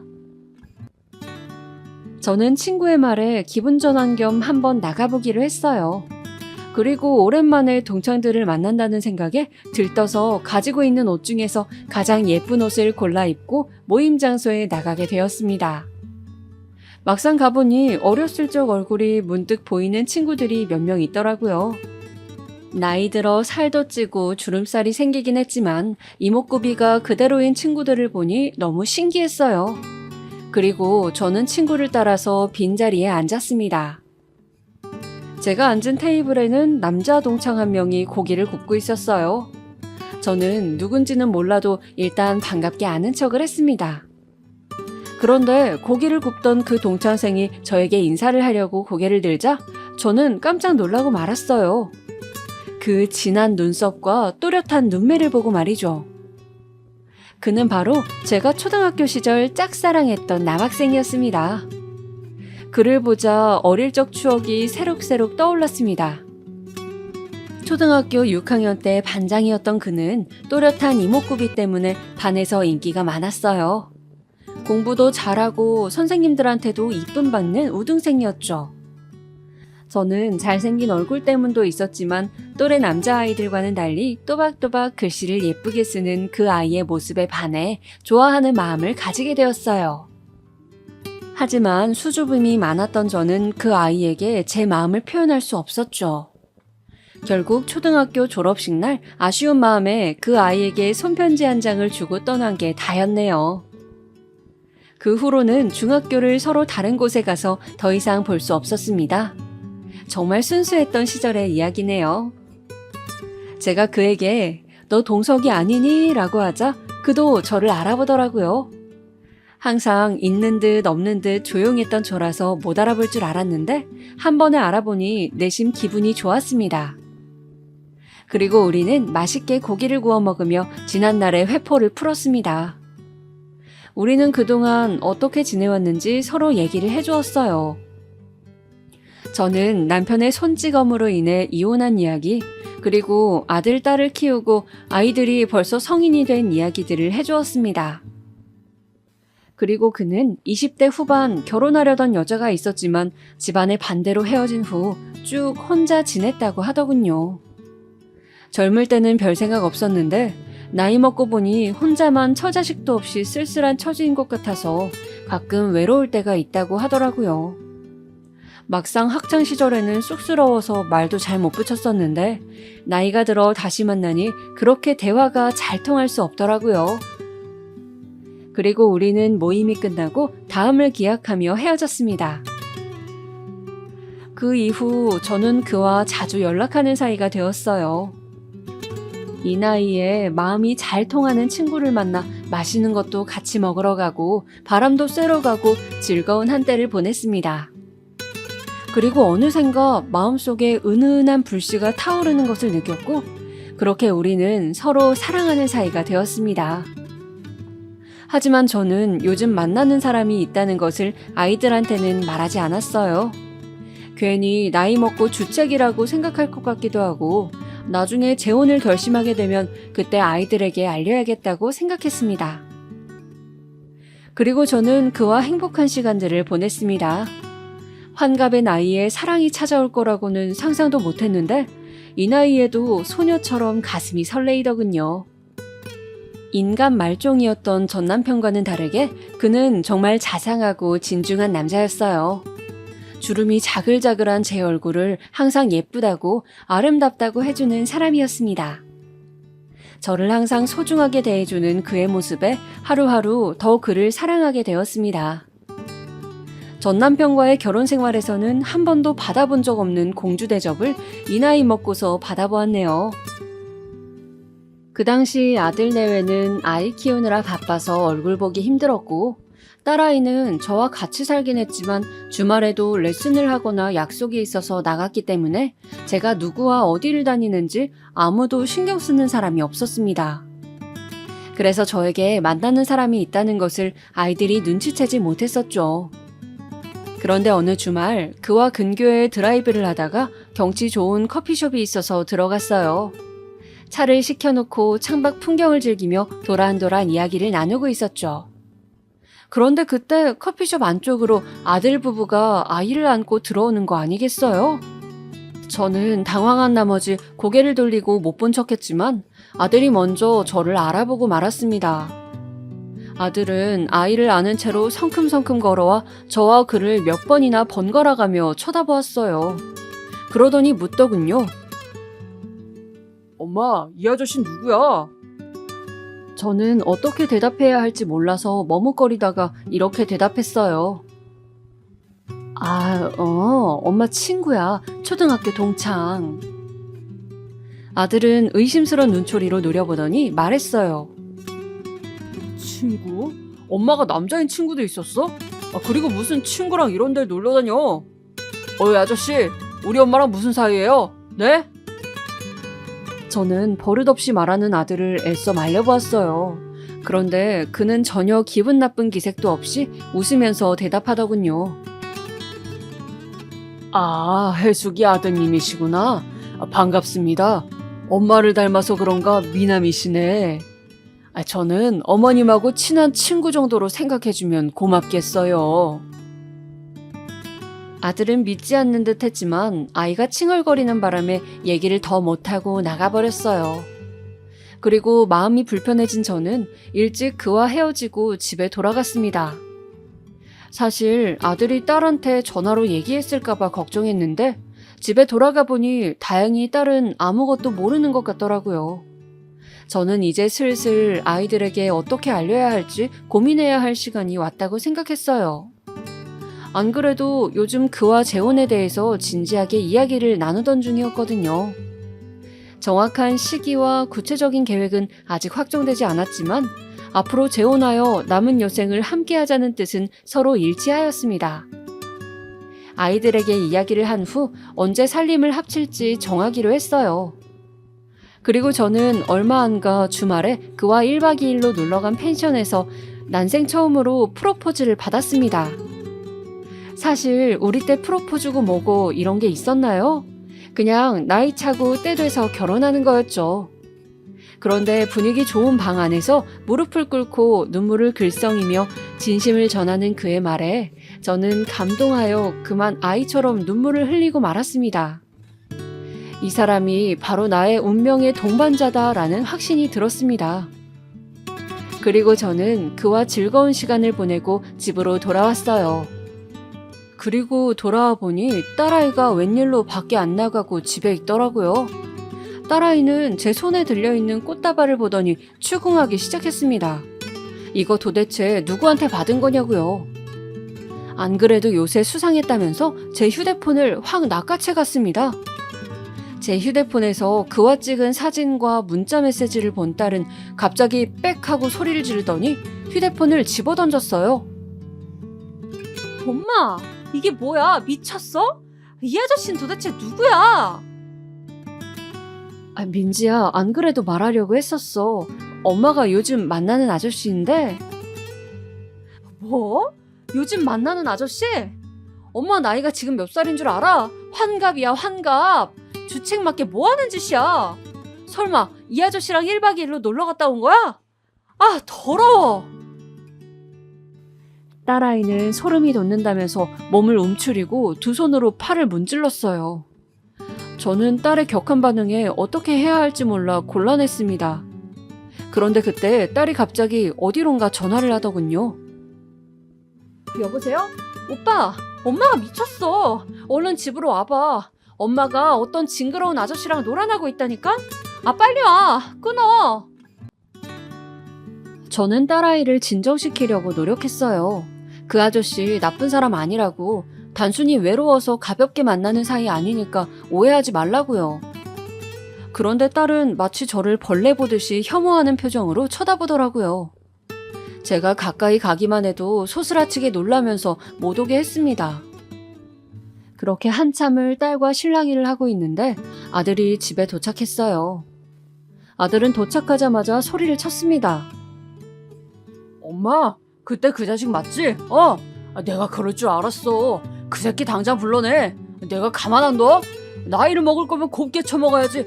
다 늙어서 웬 연애질이야, 연애질은.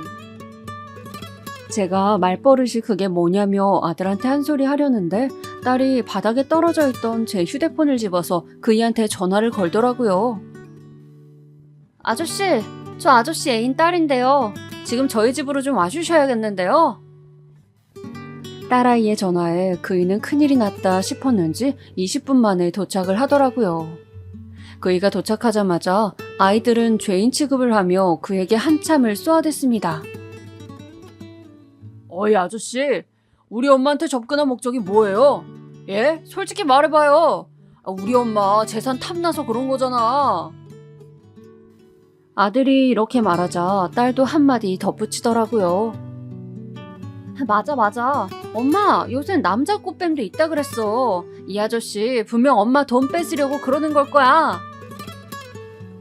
저는 아저씨 절대 그런 사람 아니라고, 아저씨가 엄마보다 돈이 더 많은데 왜 엄마 재산을 탐내겠냐고, 너희가 생각하는 그런 목적 없다고 열심히 설명했습니다. 그리고 저는 오해하고 있는 아이들에게 진심을 전하기 위해서 아이들 앞에서 눈물로 호소했습니다. 얘들아, 엄마가 그동안 얼마나 힘들게 살았는지 너희들도 모르진 않을 거다. 돈도 안 벌고 바람이나 피우면서 매일 술 먹고 나를 때리는 니들 아빠랑 사느라고 내 가슴에 피멍이 얼마나 들었는지 몰라.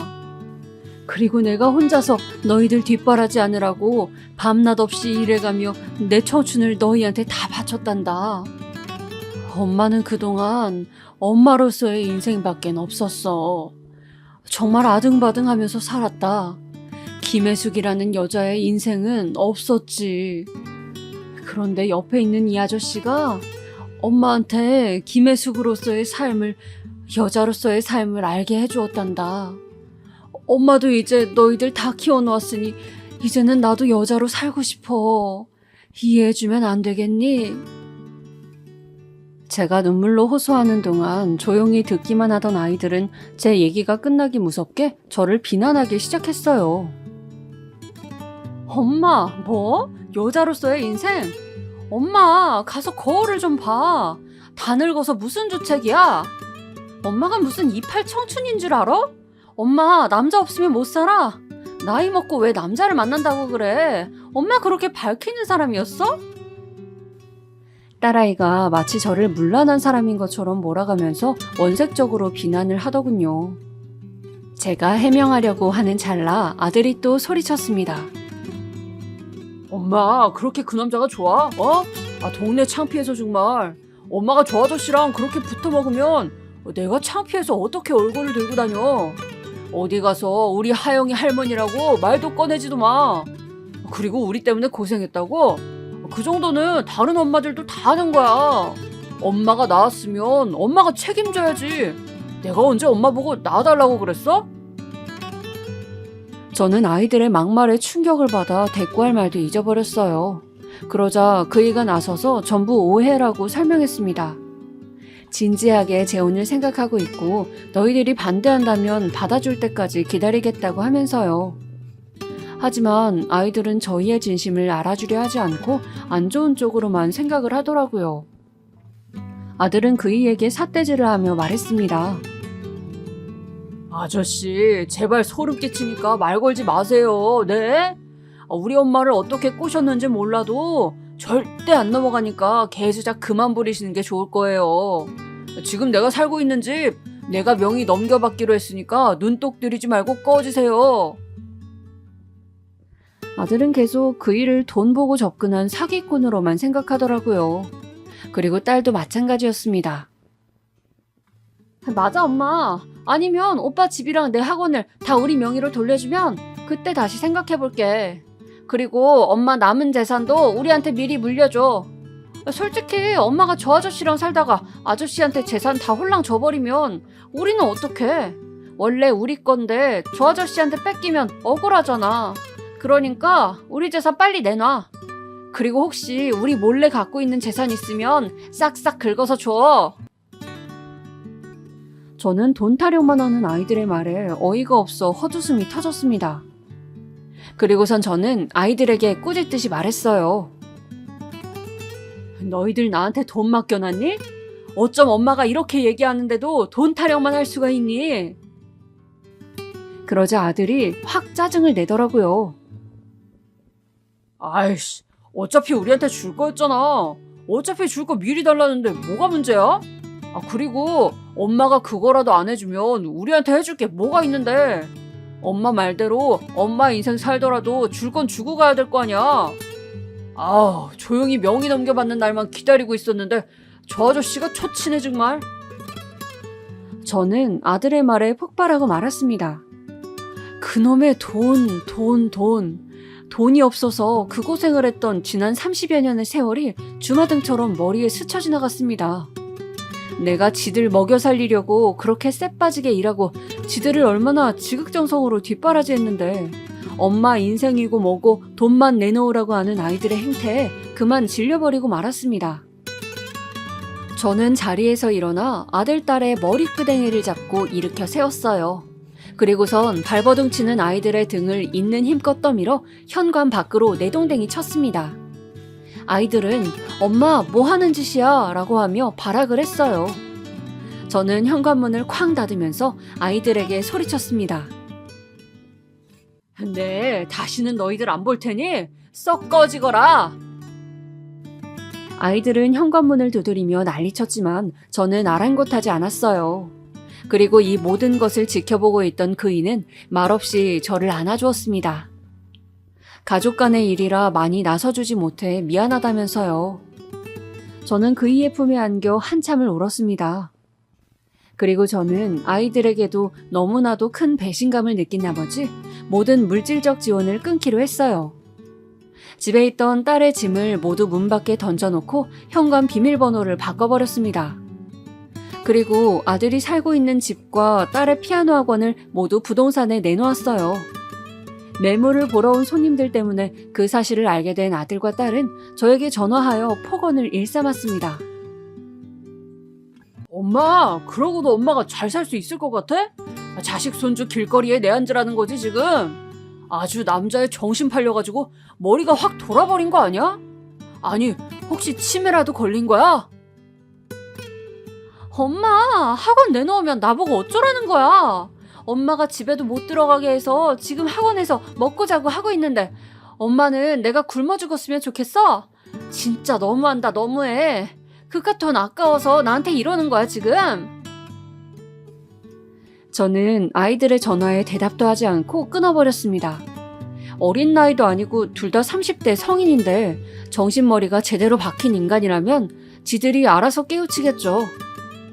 그이는 그래도 애들 살 집 한 칸은 있어야 되는 거 아니냐 했지만 저는 이미 독하게 마음먹은 상태였습니다. 여태까지 제가 아이들을 위해 희생한 거 생각하면 밤마다 우라통이 터져 잠을 잘 수 없었습니다. 내가 저런 것들도 자식이라고 내 한 몸 불살라가면서 키웠다니. 이제는 자식 없다고 생각하고 저만 생각하고 살렵니다.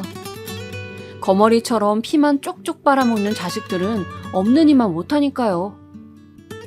그 이후로 아이들은 툭하면 집에 찾아와 현관문을 부술듯이 두드렸지만 저는 한 번도 문을 열어주지 않았습니다. 그리고 이웃집에 너무 피해를 주는 것 같아 그 집도 부동산에 곧 내놓게 되었어요. 그리고 모든 살림을 가지고 그의 집에 들어가기로 했습니다. 아이들도 그이가 사는 곳은 모르니 찾아올 수 없겠지요. 혹시나 어떤 방법으로 그 집마저 찾아낸다면 또다시 이사를 가면 그만입니다. 이대로 부모 자식 간의 연은 끊어버리기로 했어요. 그리고 한 달이 지났습니다. 아이들이 하도 문자로 하소연도 하고 협박도 하고 해서 알게 된 사실인데 아들은 살던 집이 나간 후 갈 곳이 없어 처갓집으로 들어가게 되었다고 합니다. 저번에 보니 안 싸던 어른 성격이 장난 아니시던데 집도 절도 없이 쫓겨난 아들은 그 집에서 눈칫밥 좀 먹고 살겠죠. 그리고 딸은 학원에 있던 피아노와 집기들을 옮겨둘 곳이 없어서 전부 처분하고 친구 집에 얹혀 살며 그 돈으로 생활하고 있다고 하네요. 아마 조만간 그 돈도 떨어지면 다시 예전처럼 회사를 다니던지 하겠죠. 남의 밑에서 일하는 거 싫다고 하도 투정 부려서 학원을 차려줬는데 그놈의 돈 욕심으로 다시 남의 밑에서 고생하게 될 모습을 생각하니 꼴 좋았습니다. 그래도 친자식들인데 제가 너무한가요? 뭐 그렇게 생각하실 수도 있겠네요. 하지만 제가 살아온 인생을 직접 겪어보셨다면 저의 마음 충분히 이해하실 거라고 생각합니다. 저는 정말 제 인생을 갈아 넣어 최선을 다했고 이제 더 이상의 의무는 없다고 생각합니다. 이제 성인인데 지들 인생 지들이 알아서 살아야죠. 그리고 현재 저는 그이의 집에서 행복한 신혼생활을 보내고 있습니다.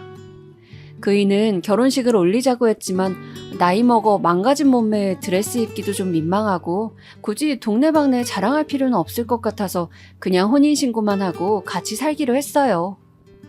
확실히 젊을 때 결혼 생활했던 것과 다르게 나이가 들어 새로 결혼을 해보니 산전수전 겪은 게 많아서 그런지 너그러운 마음으로 서로 싸우지도 않고 잘 지내게 되는 것 같아요. 물론 그이가 워낙 저에게 잘해주고 성품이 좋아서 그런 것도 있지만요. 그저 해지는 저녁에 오붓하게 손잡고 저녁 노을을 함께 바라볼 수 있는 사람. 같이 늙어가는 처지에 아플 땐 서로 힘이 되어주고 기쁠 땐 마주보고 웃을 수 있는 사람이 곁에 있다는 사실이 너무나도 행복합니다.